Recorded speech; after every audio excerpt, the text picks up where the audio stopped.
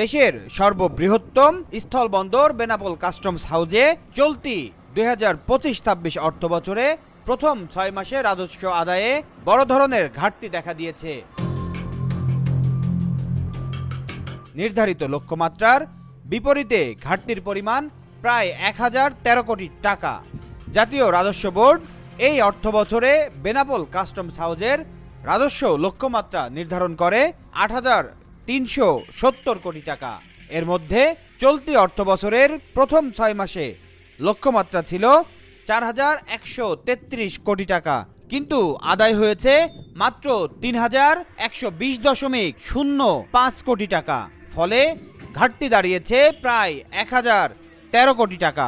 Customs house বেনাপোলের ক্ষেত্রে 2025-26 অর্থ বছরের রাজস্বের লক্ষ্যমাত্রা ছিল 4,133 কোটি টাকা।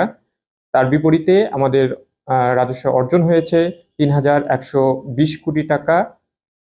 আমরা আশা করছি অর্থ বছর শেষে আমরা আমাদের যে জাতীয় রাজস্ব বোর্ড কর্তৃক লক্ষ্যমাত্রা নির্ধারণ করা আছে তা অর্জন করতে সক্ষম হব।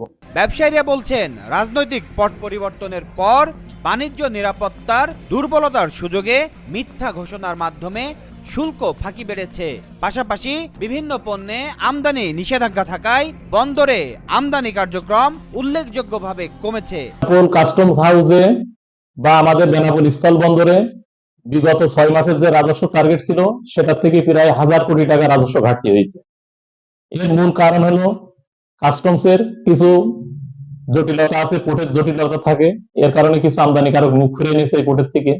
এছাড়াও গত 5ই আগস্ট থেকে 2024 সালের পর থেকে ভারত এবং বাংলাদেশের G2G পর্যায়ে অনেক টানপোড়েন ছিল, যেটা সরকার টু সরকার বলা হয় বা গভর্নমেন্ট টু গভর্নমেন্ট বলা হয়। এটা মূল কারণ। দেশের বৃহত্তর স্থল বন্দরে চলতি অর্থ বছরের প্রথম 6 মাসে 1300 কোটি টাকা রাজস্ব ঘাটতির ঘটনা ঘটেছে।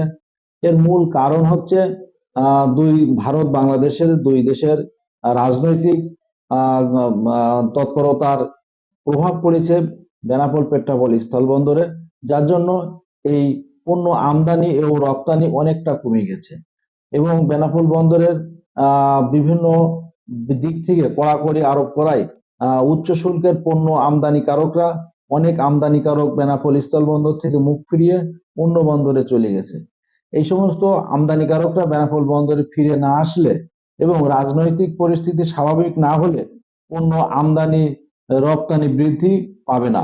বেনাপোল কাস্টম হাউস বাংলাদেশের স্থল বন্দরের ক্ষেত্রে সর্ববৃহৎ একটা কাস্টম হাউস।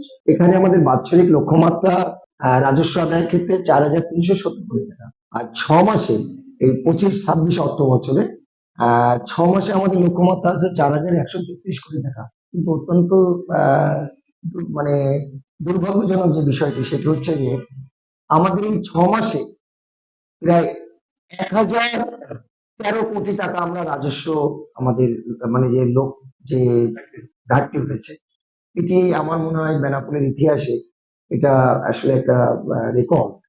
এত বেশি রাজস্ব ঘাটতি আমরা কোনোবারই এত ফেস করি নাই।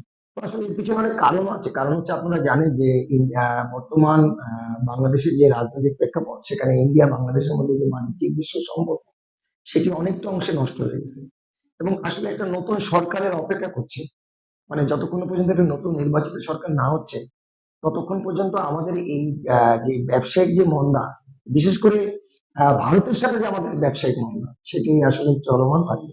ব্যবসায়ীরা মনে করছেন, আমদানি নিষেধাজ্ঞা প্রত্যাহার, দ্রুত পণ্য খালাস এবং ব্যবসা বান্ধব পরিবেশ নিশ্চিত করা গেলে বেনাপোল বন্দরে আমদানি ও রাজস্ব আয় দুটোই বাড়বে। Aminul Islam, Asian television.